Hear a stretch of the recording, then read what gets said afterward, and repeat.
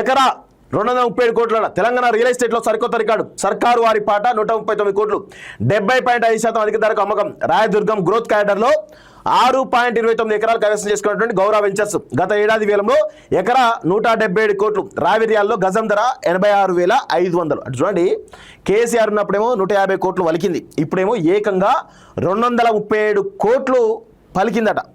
అంటే real estate రంగాన్ని కృత్రిమంగా ఏ విధంగా పెంచుతారో చూడండి. మీరు రేవంత్ రెడ్డి గారు రియల్ ఎస్టేట్లో ఎంత పెంచినా కానీ మీ హయాంలో రియల్ ఎస్టేట్ పెరిగేట పరిస్థితి కనబడతలేదు.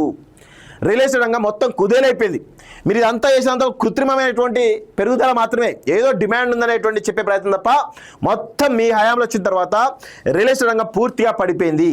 ఎక్కడ కూడా అపార్ట్మెంట్ల అమ్మకాలు కానీ, ప్లాట్ల అమ్మకాలు కానీ, లేకపోతే ఈ విల్లాల అమ్మకాలు కానీ తగ్గిపోయినాయి పూర్తిగా. చాలా స్పష్టంగా కనబడుతూ ఉంది. సో తెలంగాణ రియల్ ఎస్టేట్ రంగంలో సరికొత్త రికార్డు నెలకొంది. హైదరాబాద్ నగరంలో ఇప్పటివరకు నిర్వహించినటువంటి భూముల వేలంలో పలికిన ధరలన్నింటినీ అధిగమిస్తూ రికార్డు ధర నమోదైంది. రాయదుర్గం గ్రోత్ కారిడార్లో ఎకరాకు సుమారు 237 కోట్ల రికార్డు ధర లభించింది.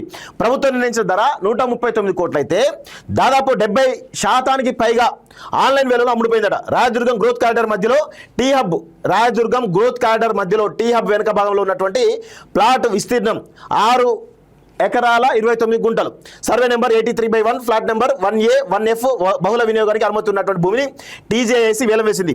ఓఆర్ఆర్ నుంచి శిల్పా ఫ్లైఓవర్ మీదుగా తీగల వంతెనకు వెళ్లే ప్రధాన రహదారిలో ఈ ప్లాట్ ఉండడంతో దేశంలోని ప్రముఖ రియల్ ఎస్టేట్ డెవలపర్లు భారీగా పాల్గొని పోటాపోటీగా బిల్లు వేశారు. చివరగా 1490 కోట్లకు హైదరాబాద్ చెందిన ప్రముఖ రియల్ ఎస్టేట్ సంస్థ గౌరవ వెంచర్స్ దక్కించుకుంది. ఇందులో ఈ సంస్థ బహుళ అంతస్తుల వాణిజ్య ఐటీ భవనాలు నిర్మించినట్లు ఆ సంస్థ అధినేత తెలిపారంటూ చాలా స్పష్టంగా తెలుస్తోంది.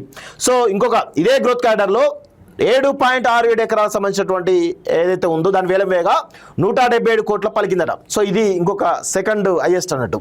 సో ఈ విధంగా పెట్టుబడిదారుల విశ్వాసాన్ని ప్రతిబింబిస్తుంటూ IIC MD చెప్తా ఉన్నారు. అబ్బా, పెట్టుబడి లేదు, ఏది లేదు, తెలంగాణ మొత్తం కూడా సర్వనాశనం చేసేసారు. ఇదంతా కేవలం కృత్రిమమైనటువంటి ఒక రియల్ ఎస్టేట్ పెంచే ప్రయత్నం తప్ప వేరే ఏమీ లేదండి. ఇందులో 100% అదే కనబడతా ఉంది.